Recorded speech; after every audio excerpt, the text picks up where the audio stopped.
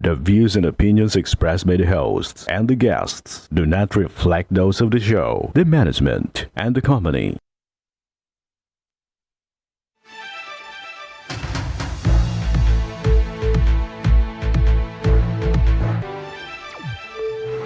Magandang hapon mga kaibigan, magandang hapon po sa ating mga masugid na taga-subaybay. Live na po tayo ngayong araw ng Biyernes para magbigay ng serbisyo publiko. Live na rin po tayong napapakinggan sa 90.3 Radyo Oragon, Sorsogon, 88.3 sa Catanduanes, 90.7 sa Legazpi City at live na rin po tayong napapanood sa ating YouTube account. Umpisahan na po natin mga kaibigan ang pagbibigay ng serbisyo publiko. Isang lalaki sa Siroma, Camarines Sur, 3 beses na sinaksak matapos madawit sa rambulan ng 2 grupo ng lalaki. Personal nang humingi ng tulong ang biktima na si John Paulo Paraiso, 25 taong gulang, para mapanagot ang gumawa sa kanya nito. Makakausap natin via video call si John Paulo mula sa Camarines Sur. John Paulo, magandang hapon. Magandang hapon, John Paulo. Ayan po mga kaibigan at nagkakaroon lang po tayo ng konting problema sa linya para makausap natin itong si John Paulo. Ito po namang lalaki na nagrereklamo at sinaksak. Nandiyan na ba sa linya? Subukan muli natin si John Paulo. John Paulo, magandang hapon. John Paulo, magandang hapon. Ayan, pakilapit nyo na nga lang sa akin. Huwag nyo nang ilalayo at talagang mahirap pag malayo. Huwag na kayong mahiya na ilapit yan sa akin para magkarinigan kami. John Paulo, magandang hapon.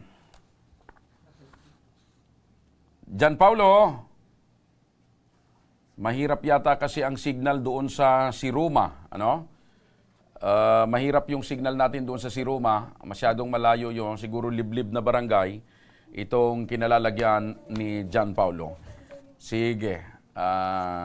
Sino itong nasa linya? Siya na ba ito? Oh, dali.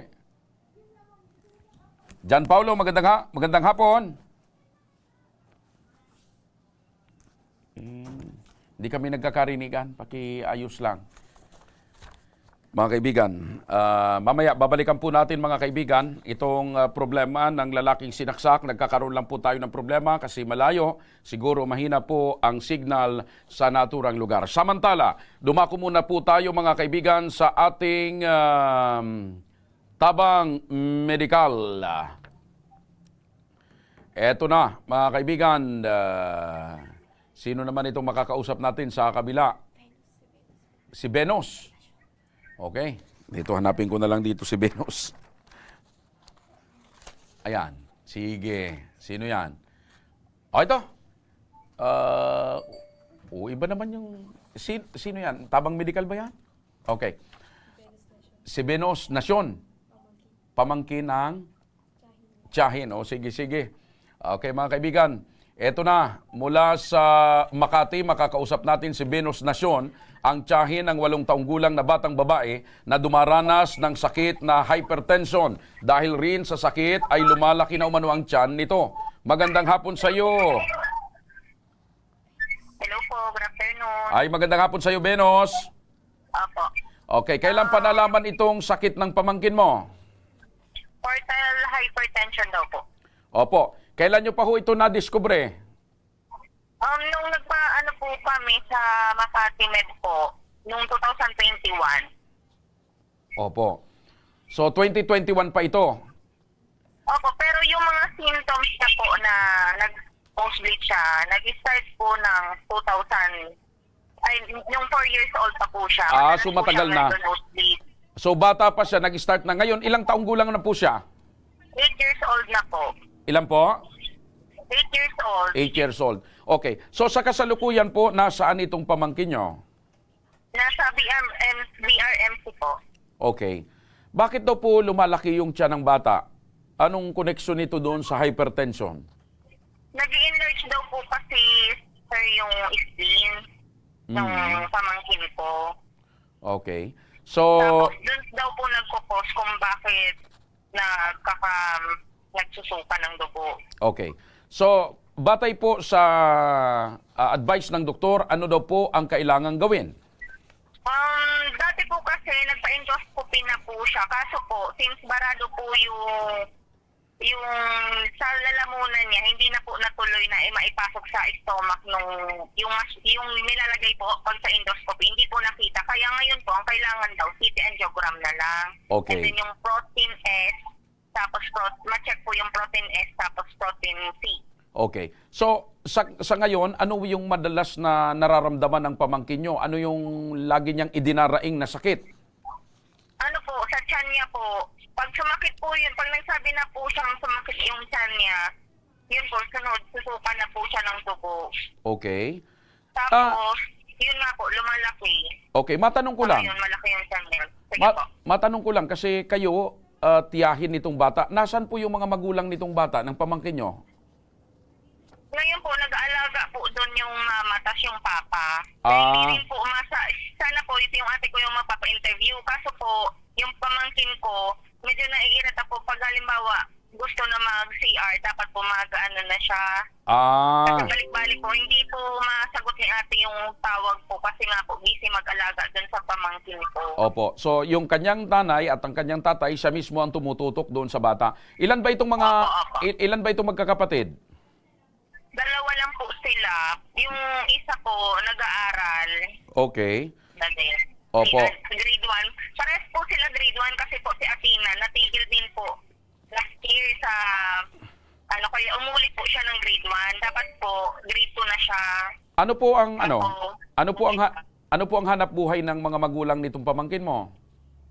Po, yung kapatid ko, may business din po, maliit na tindahan. Kaso, nung nagkasakit na din po, yung pamangkin ko, hindi na rin po niya na yung tindahan na asikaso kasi nga po, yung pamangkin ko kailangan po tutukan kasi parang biglang minsan okay, tapos biglang ganon, magugulat kami. Opo. Nasakit na naman po yung tiyan, tapos tutupa. So, paano po natutustusan yung pang-araw-araw na pangangailangan nitong pamilya nila at ito pong gamutan?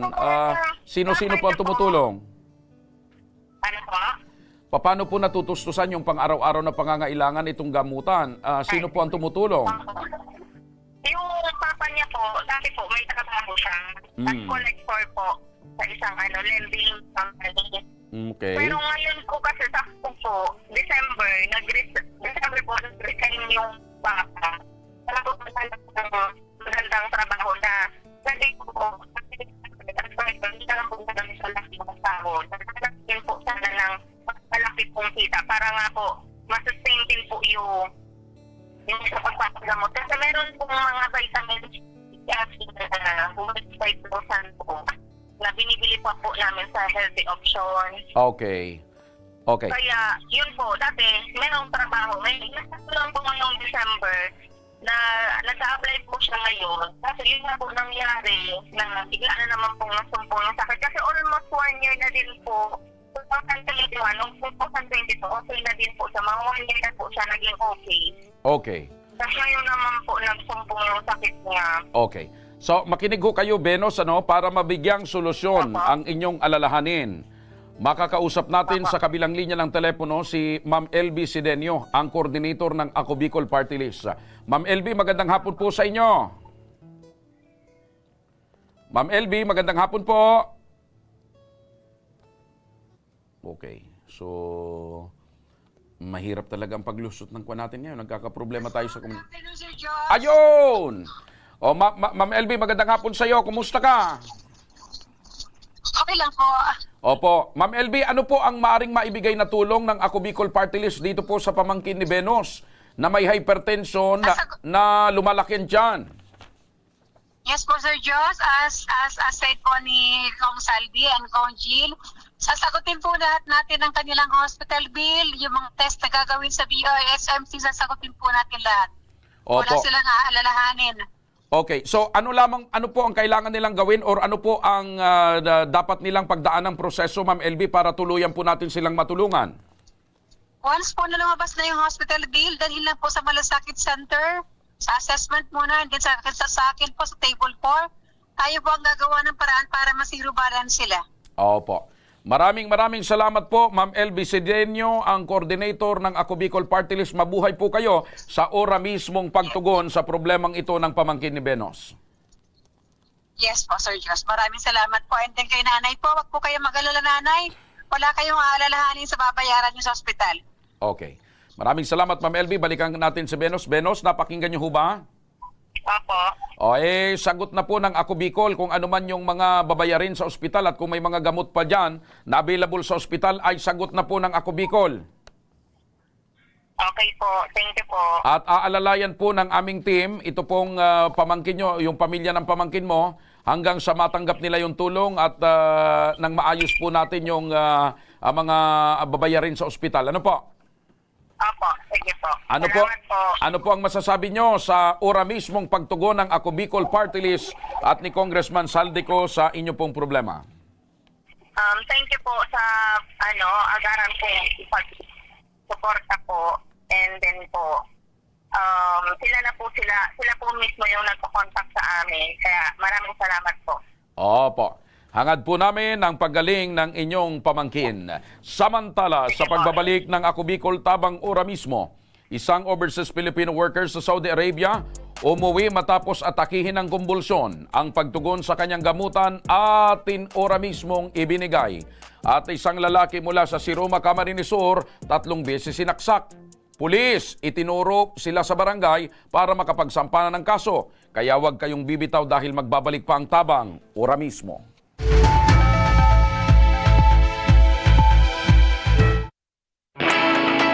Naghahanap ka ba ng trabaho?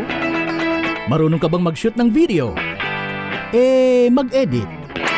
Magaling ka ba sa social media? Willing ka bang matuto? Graduate ng journalism o may alam na sa media? Apply na dahil naghahanap kami ng videographers para sa Camarines Norte, Sorsogon, Camarines Sur, Catanduanes at Masbate. Ipadala ang inyong resume sa actioncallcenter@gmail.com at maging pinakabagong miyembro ng aming team. Tara na! Apply na!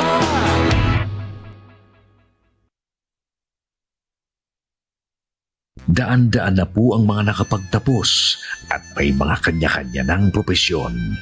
Sa kanilang pagpupunyagi, walang masidlan ang kanilang mga ngiti. Yun at sa Gabos, nagpapasalamat po ako sa AKB. Gusto ko lang po magpasalamat sa Ako Bicol sa opportunity na tigtatao po araw po sa kuya na estudyante. Dahil naandyan lang, katuwang lagi, Ako Bicol, katabang na, kasurug pa. Hindi rin nagpahuli sa pagtugon sa mga pangailangan ng ating mga healthcare workers at mga frontliners.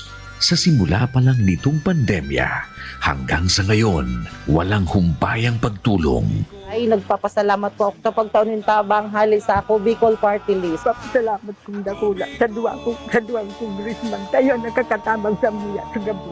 Maaasahan, Ako Bicol, katabang na, kasurug pa. Tucked away in the province of Albay, known for its perfectly shaped Mayon volcano, Misibis Bay Resort, a locally owned 5-hectare private island resort. The resort is ready for all those looking to balance tranquility and adventure. This tropical destination is where guests can either choose to relax under the palm trees or have an adventure under the sun. It features modern and luxurious rooms and villas, recreational facilities, and sophisticated services.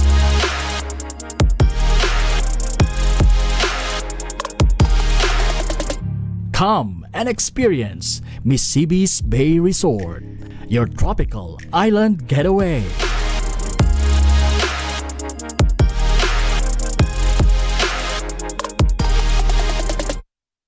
Problema sa tubig, agarang binigyang solusyon. Nagpatayo ng mga solar-powered water supply system sa mga liblib na lugar. Libre, malinis at maaasahang supply ng tubig 24/7. Dako lang ng pagpapasalamat niya mo. Dahil may ikamalilingan habang kami nabubuhay. Nakulaon nining tabang para sa gabos na tao digdi.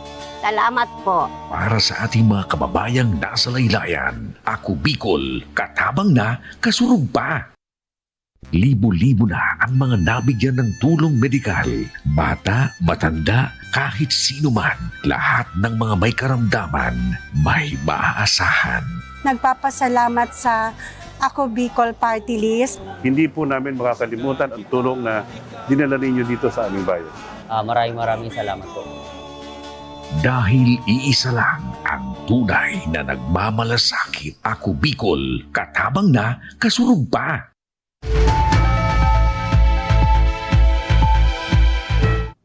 Nagbabalik ang Ako Bicol Tabang ora mismo. Isang lalaki sa Siroma, Camarines Sur 3 beses sinaksak matapos madawit sa rambulan ng 2 grupo ng lalaki. Personal nang humingi ng tulong ang biktima na si John Paulo Paraiso, 25 taong gulang, para mapanagot ang gumawa sa kanya nito. Makakausap natin ngayon via video call. Sino ang makakausap natin? Yung nanay. So hindi si John Paulo. Anong pangalan ng nanay? Sige, yung nanay po ang makakausap natin. Hello, magandang hapon po. Ganang hapon po. Opo, ano po ang pangalan po ninyo, nanay? Ako po si Rosalinda Paraiso. Rosalinda Paraiso. Okay. Nanay Rosalinda, pwede mo bang maikwento kung kailan nangyari at ano pang nangyari dito sa pagkakasaksak ng anak mo? Nung ano po kaya, nung December 24 po na nagwa-wifi yung anak ko, meron hong 2 ano po, na may isa pong si John Ray Duca na nasemplang ho sa motor.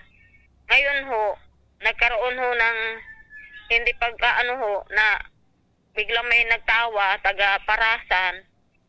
Nilapitan niya ang taga-Parasan. Nasabihan niya po na ganyan pala kayo kung ano, imbis na tulungan niyo ako, pagtatawanan niyo ako. Sino Ngayon po, po nagsabi nun? Ang John Ray Duca po. Yung nag-slide sa motorsiklo? Opo. Okay, tapos? Bago po umalis po siya, ngayon po, pakilala po kaya ng anak ko yung John Ray Duca, lumapit po yun sa anak ko. Sinabihan po ng anak ko, nagsabi po kaya ang John Ray Duca na pinagtawanan daw po siya. Ang sabi po ng anak ko, nagsalita po yung anak ko, hayaan mo na Noy, sabing ganyan. Hayaan mo na huwag mo nang patulan, sabing ganyan, Paskong Pasko. Iwasan natin yung gulo, sabi niyang ganyan. Tapos? Hindi po inasahan ng anak ko. Umalis po yung John Ray Duca na nagsabi po doon sa mga kaalitan niya na antayin ninyo ako, babalik ako. Yun po, pagbalik niya po, marami na po siyang kasama. Hanggang sa po, bumalik na po sila na ang motor po, harap mo pinalano nila na kung saan nila iniwan po yung motor nila. Bago po sa pagbabalik po, nagkaroon na naman po ng gulo. Siyempre po yung anak ko, nilalapitan po ng mga nilapitan po ng John Ray Duca kasi po panatag man ang anak ko na hindi man po magkakagulo. Kasi po ang John Ray Duca pong yan, itinuri ko na po rin na sariling anak kasi po barkada po yan ang anak kong pangalawa. Okay. Nanay, surkatin po natin. Pagkatapos, paano po nasaksak yung anak ninyo? Ano po, lumapit, nakita mo huli ng anak ko na nagkakagulo nga po. Ngayon sabi ng anak ko, lumapit po anak ko na isinaway lang po ulit. Kasi kung side po ng kaaway ng taga-nalayahan, ibali hindi po iba sa asawa ko. So kamag-anak ng asawa nyo? O parang hindi po iba sa asawa ko. Nga Okay. po yung taga-nalayahan po. So sinasaway ng anak ninyo yung nag-aaway? Oo, ang sabi ng anak ko, sabi niya, Tol, huwag na kayo mag-away kasi Pasko naman, sabing ganyan. Iwasan natin ang gulo. Okay. Ngayon, nanay, ang tanong ko sa iyo, sino ang sumaksak sa anak mo? Yung grupo ba ni John Ray o yung grupo ng mga kamag-anak ng asawa mo? Grupo po ng John Ray Duca po. Ang sumaksak sa anak mo? Opo, yan po ang sumaksak sa anak ko. Eh bakit yung anak mo na ang sinaksak? Kasi po nag-init po ang ulo nila, gawa ng pagsawi ng anak ko, hindi sila nakatira doon po sa Parasan po. Kaya parang napalingan po ng saksaka. Okay. So kumusta na ngayon itong anak mo? Sa totoo lang, hindi pa po siya okay. Kaso nagbiyahe na po siya ngayon sa Cavite. Tinawagan po siya ng kapatid ko na hindi naman po namin matustusan sa hospital po na pabalik-balik sa follow-up check-up, nag-decide na po yung kapatid ko na doon na lang daw po sa Cavite kasi malapit lang po sa ospital. Eh dito po, sobra po talagang layo. Opo. Ngayon, ang tanong ko, nanay, nasampahan nyo ba ng kaso or kaukulang reklamo yung mga sumaksak sa anak mo? Hindi po namin masampasampahan po kung saan-saan kaya kami na ituturo hanggang sa sabi ng pulis, kumuha po kami ng medical abstract, nagkuha naman po kami. Bago po, pag ano naman po, tinuro na naman kami sa barangay, mag-usap-usap muna 3 beses po daw po kami magpatawag ng sa malupon po.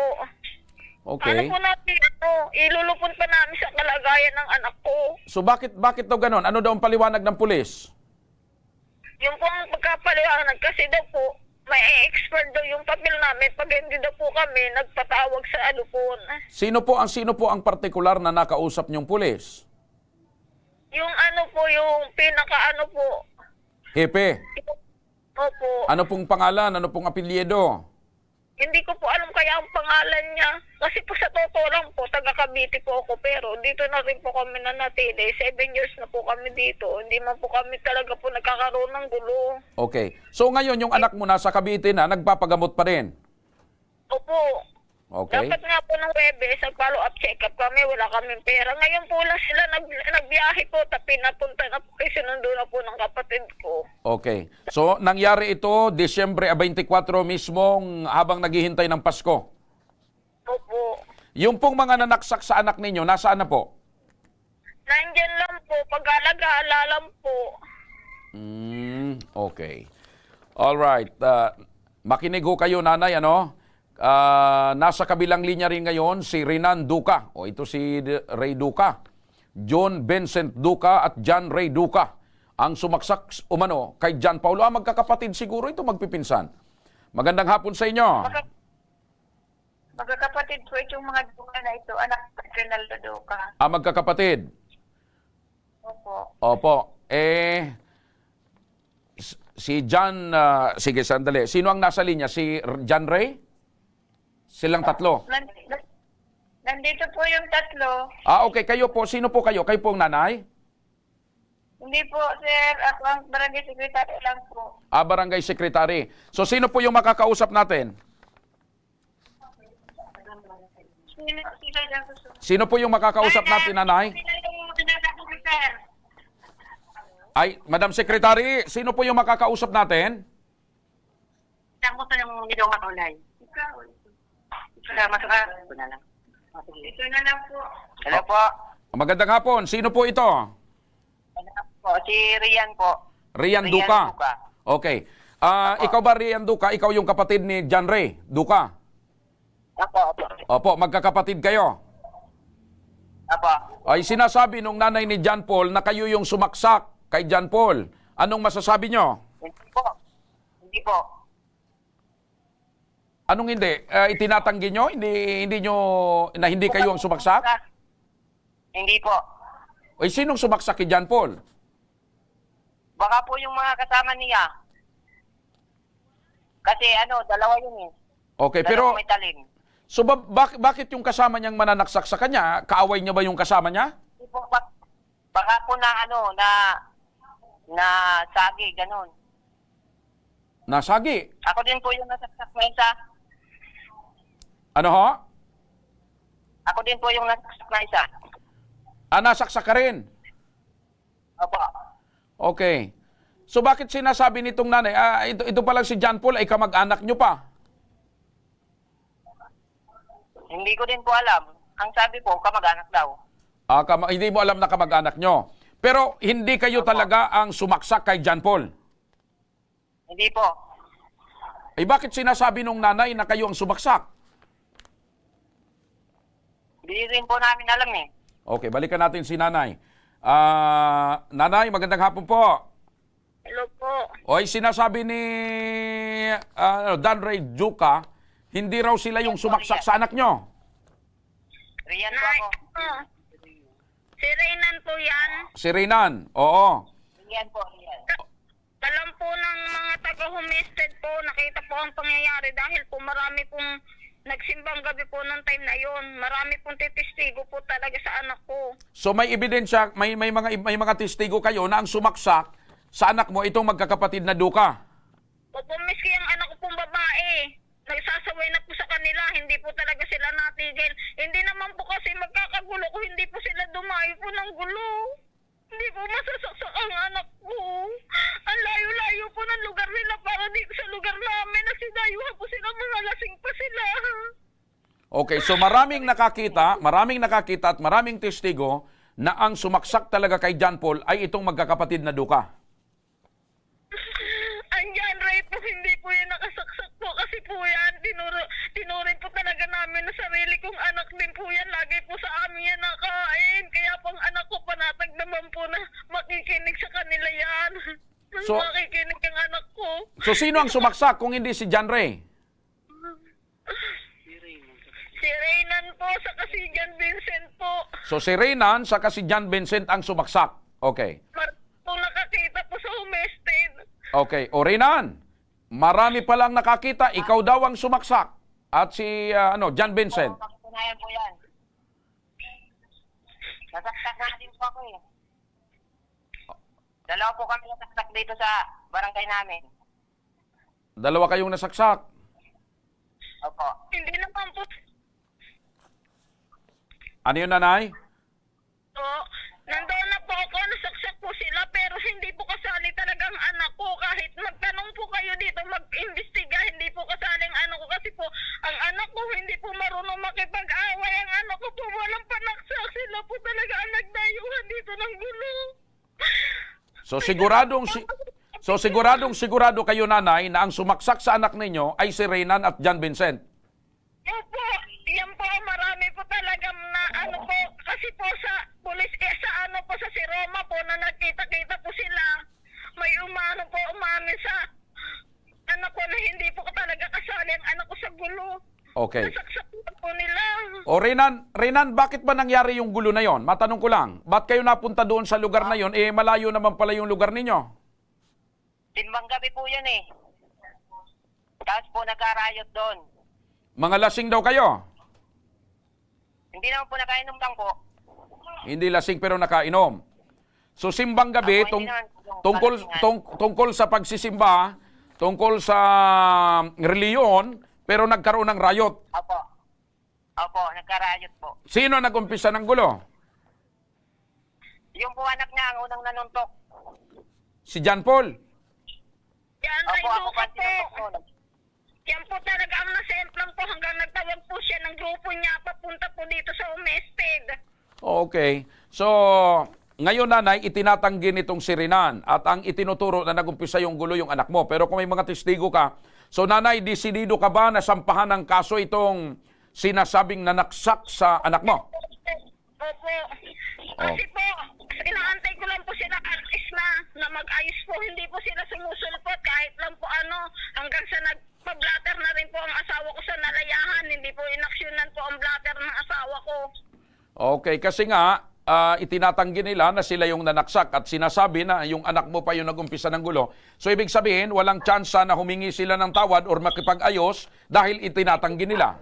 Kasi po, marami po talagang hindi po talagang anak ko nag-umpisa. Sila po ang nag-umpisa ng gulo. Ang anak ko lang po ang umawat. Okay. Makinig ho kayo, nanay, at makinig kayo, Reynan. Nasa kabilang linya ng telepono si Senior Master Sergeant Don de Villanueva, ang Chief Investigator ng Siroma Municipal Police Station. Magandang hapon po. Hello, good afternoon po, sir. Magandang hapon po, sir. Ano? Okay. Batay po sa inisyal na report at pag-iimbestiga ninyo, ano po ang pagkakaalam nyo dito sa nangyaring ito na saksakan dyan noong petsa 24 ng Disyembre? Tignan ulit po kayo, sir. Tigreser namin po sa barangay kasi po barangay level po ang case. Mayroon pong may medical na certificate na 10 days lang po ang healing period po niya. Kung ganun po, ayaw po talaga bumigay sa kapitan, magpunta na po siya sa office po namin. So sinasabi mo, sir, na itong kasong ito ay hindi agad ito direkta sa PNP, dapat ito sa barangay kasi yung parang level ng kasong ito ay dapat sa barangay muna. Opo. Okay. Bakit po yun? 10 days lang po, sir, ang healing period. Ilan po? 10 days lang po ang healing period. So pag 10 days ang healing period, yan ay dapat sa barangay muna. Opo, dadaan po siya. Ipanaliwanag nyo ho ba ito kasi nalilito ho itong nanay ng biktima kung bakit tinuturo-turo daw sila pabalik ng barangay? Napaliwanag ko po namin yan, sir. Kung ano po, sir, sa Lunes, sir, magpapail na lang kami case. Ilalagay na lang namin sa affidavit na ayaw talagang bumigay po sa kapitan ng certificate to file action. Ayun. Para siya ng korte para matapos na po ang problema. Isusumula na po yan ng korte si kapitan. Ayun. So ibig sabihin, dahil hindi inaaksyonan ng barangay, pupwede na po yun, natulungan yung kayo na po ang magsampa ng reklamo. Opo, sir. Opo, sir. Ano po ang kailangan gawin nito ni nanay para maasikaso po ninyo, sir? Pumunta na po siya sa Monday, makuha po kami ng affidavit sa kanya, tapos mga witness, tapos yung medical record niya na ano po, na original, kasi nandito sa amin, yung Xerox lang. Okay. Ano po, sir, ang kailangan po namin, sir? Okay. O nanay, narinig nyo po. Hindi po, kasi mahina po. Okay, paliwanag ko lang nanay. Opo, ate. Hihintayin kayo ng PNP si Roma sa araw ng Lunes, particular itong si Chief Villanueva, yung investigador, at kukunan kayo ng affidavit at ganun din naman, dalhin nyo yung original na medical certificate at tutulungan na kayo na magsampa ng kaukulang reklamo or kaso. Narinig nyo, nanay? Opo. Okay. So, sir, dito kay Chief Villanueva, ano po ang advice mo na lang dito kay nanay, itong nanay ni John Paul na nasaksak? Ay, ano lang po, pumunta na lang po siya sa station po namin sa Lunes Okay. para ma-file po ang kaso. Opo. O kung ano talaga, para matulungan po natin siya kaagad. Okay. Maraming salamat, Chief. Thank you so much. Thank you po, sir. Salamat po. Okay. Para sa paglilinaw, mga kaibigan, nasa kabilang linya rin ng telepono si Police Captain Marlon Illadocca, ang Police Information Officer ng Police Provincial Office ng Camarines Sur. Magandang hapon po, Captain. Captain, magandang hapon. Magandang hapon po. Opo. Sir, yung ganito pong kaso, particular, medyo naintindihan ko naman yung paliwanag kanina ng investigador ng si Roma, kapag 10 days lang ho pala ang healing period, ito po ay dapat sa barangay muna at hindi pa ito pwedeng direkta sa PNP. Ito po ay nandun po sa natin sa mga barangay, sa katarungang pambarangay, na nakasaad po dito na itong physical injuries inflicted into multiple supply or kung halimbawa po, ito pong healing period ay less serious physical injury, ay kinakailangan muna pong dumaan sa barangay. Kasi po, may mga korte po na nasasayang po yung pag-file natin, ibinabalik o kaya minsan nadi-dismiss. Kaya po yung ating pong mga investigador, pinapayuhan po na bumalik po sa barangay muna para magkaroon sila ng certificate to file action. Tapos alamin talaga kung ano ang pinakadetalye nito. Opo. Ito po ay inilalagay po natin sa pagsampa ng kaso para mas matibay. Opo. Ibig sabihin, sir, yung less serious physical injury, pambarangay muna, pero yung serious physical injury, yun ang pwedeng direkta na sa PNP. Yung po mga serious natin ay hindi na po yan, diretso na po yan. Pero ito po ay pwede rin namang isampas, sabi nga natin, kaya lang wala pong garantiya na ito po ay baka magpatuloy, baka po ito ay madismiss lamang. Pero sabi nga po natin, para po ma-action natin, actually tinawagan ko na rin po kanina sa dito sa Siroma Municipal Police Station na gawin po ang lahat para maisampa at may paliwanag din po sa barangay yung mga, sabi nga po natin, kung ano po yung proseso. Opo. Kasi baka hindi rin po naiintindihan ng iba po natin mga babayan, kabarangay, at hindi rin po naiwanag ng maayos. Alam ko po yung nararamdaman po ng isang biktima. Ang gusto mo kaagad po ay may silbi sa'yo, yung sabi nga po natin, mabigyan ka po ng justice kaagad. Opo. So, yun lang po siguro, baka nagkaroon ng konting pagkukulang doon sa ating PNP si Roma, hindi na ipaintindi masyado, hindi masyadong naipaliwanag doon po sa pamilya ng biktima. Ano po? Opo. Hayaan nyo po, kami rin po dito sa Camarines Sur Police Provincial Office ay tututukan po ito kung ano na po ang naging action nila. Para po ito po ay tuluyang maresolba ang mga ganitong reklamo. At ganun din po, isusulong din po namin yung pagbibigay din po ng mga information drive, lalo na po dito sa ating mga mga barangay officials. Opo. Sir, maraming salamat po. Mabuhay kayo dyan sa Camarines Sur PNP. Thank you so much, sir. Maraming salamat din po at magandang hapon. Okay. Balikan lang natin si Nanay. Nanay! Hello, Nanay? Yes po, sir. Ganito na lang po. Imo-monitor at aalalayan kayo ng aming team at sisiguraduhin natin na makapagsampa kayo ng formal na reklamo dahil nangako naman yung PNP Camarines Sur at ganun din yung PNP si Roma na sa Lunes ay aasikasuhin at tutulungan po kayo. Ano po? Opo. Salamat po. Okay. Ano pong masasabi nyo sa pagtugon ng ating programa sa inyong problema? Maraming salamat po sa pagtulong niyo po sa aming problema po. At sana po solusyonan po na agad-agad po. Maraming po salamat. Opo. Samantala mga kaibigan, dumako naman tayo sa ating tabang ora mismo update. Gamutan ng dating overseas Filipino worker, ora mismong tinugunan ng ating programa. Ang buong kwento, panuurin po natin.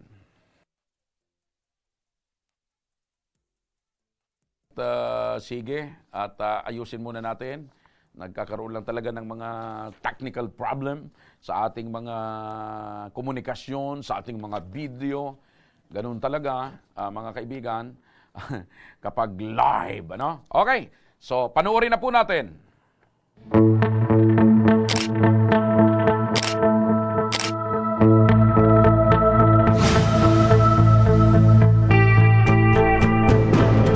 Siyempre, pag mahal mo yung isang tao, hindi mo susukuan kahit ano pa yung estado niya ngayon.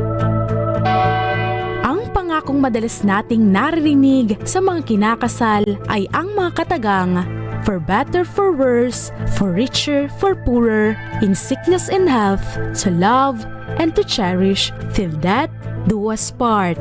Isang deklarasyon ng pagmamahal sa isa't isa. Madaling sabihin, ngunit susubukin ng panahon. Tulad na lamang ng magkasintahang nakilala ng ating programa na sila Mark Dave at Charmaine. Ibinahagi ni Mark Dave ang kanilang pag-iibigan. Walang ligaw-ligaw. Sabi ko, tayo na lang kaya. Sabi niya, pumayag naman. Dahil sa isang kilalang online livestream community, ay nagkakilala ang dalawa. Doon kami nagkakilala sa sa Kumu nga. Parang may grupo ako noon na yung hindi naman talaga team. Yung parang lang. Tapos yun, sumali din siya. Napad po siya doon. Simula doon mga ilang araw, nagsasama kami sa live. Sobrang bait talaga nito. Iyakin, pag kunting iyakin talaga to. Kunting lang, iiyak na agad. Sa video call, yung parang nilalabas yung problema niya, iiyak na agad. Simple lang siya, ganun. Tapos, andyan na sa kanya lahat. Anong nga sa kanya? Mabait, pagmahal. Kung walang tatawag sa akin na pamilya ko, siya yung tumatawag. Parang i-comfort niya ako. At tulad ng maraming relasyon, sinubok din sila ng panahon nang tamaan ng malubhang sakit si Charmaine habang ito'y nagtatrabaho bilang isang domestic helper sa Saudi. Yung nag-iba yung pakiramdam niya, yung time na nagpa-vaccine talaga siya, doon yung nagsimula.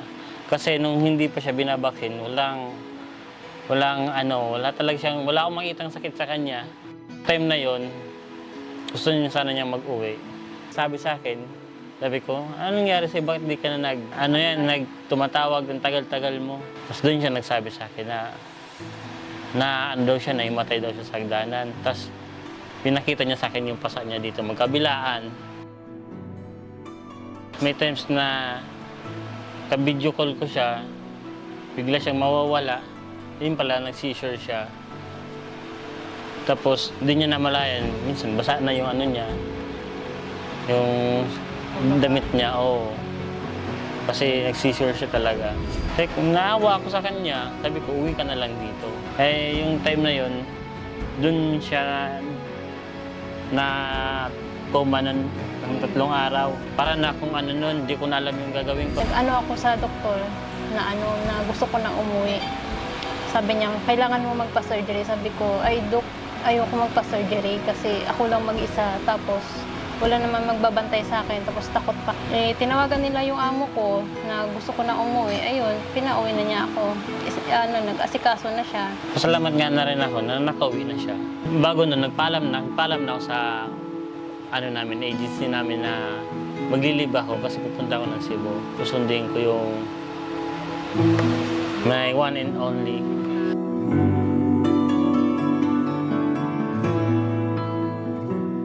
Nang makauwi ng ligtas si Charmaine sa Pilipinas, minabuti na ng dalawa na magsama sa Cebu. Kung hindi ako sumama sa kanya, wala naman din akong maanuhan doon na ospital kasi sobrang layo nga. So ayun, nag-decide kami na sasama na lang talaga ako sa kanya. And pumayag naman yung pamilya ko. Thank you sa lahat.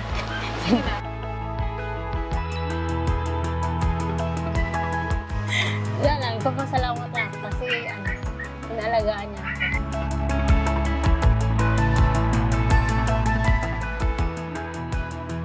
Ayun, sabi ko nga sa kanya, kung ano man na dumating na problema, hindi ko pa rin siya susubuan.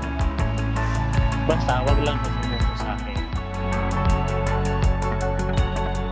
Bagamat magkasama na ang dalawa, hindi sapat ang kanilang kinikita para sa kailangang pagpapagamot ni Charmaine. Lalo pat napapadalas na ang pag-atake ng kumbulsyon nito. Kaya naman, personal silang dumulog sa tanggapan ng Ako Bicol Tabang Oro mismo ni Congressman Zaldico upang humingi ng tulong. Ano yung madalas na nararamdaman mo ngayon? Minsan po yung sa ulo ko, sobrang sakit siya.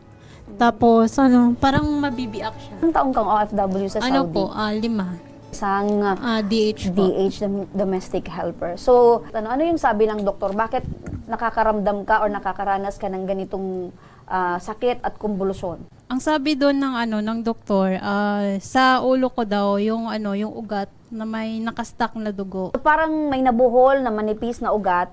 Kaya yun yung nagiging cause kung bakit ka nawawala ng malay, sumasakit. Upang mas maintindihan ang kondisyon ni Charmaine, nakapanayam din ng programa si Dr. Carlson Antonio, isang internal medicine neurologist. Yung convulsion po kasi para siyang nag-short circuit yung brain. Pareho po dun sa nangyari kay Ma'am Charmaine na may na-discover po na cavernoma or yung sinasabi ni Sir kanina na parang mga buhol-buhol na mga ugat, mga daluyan ng dugo. Siya po yung mga pwedeng source ng mga short circuit sa brain kasi po yung brain gumagana rin po siya sa pamamagitan ng mga electrical impulses, parang computer din po. So kung hindi po maayos yung pag-transmit ng mga electrical impulses, maaari pong makapag-trigger ng convulsion. Na ang pinaka-obvious po na mahiling natin po, nanginginig, tumitirik po yung mata, tapos pag naghaloy po yung convulsion, pwede po siyang mawala ng malay. And yung ibang mga mild po na convulsion, yung mga ibang tao po, natutulala lang po.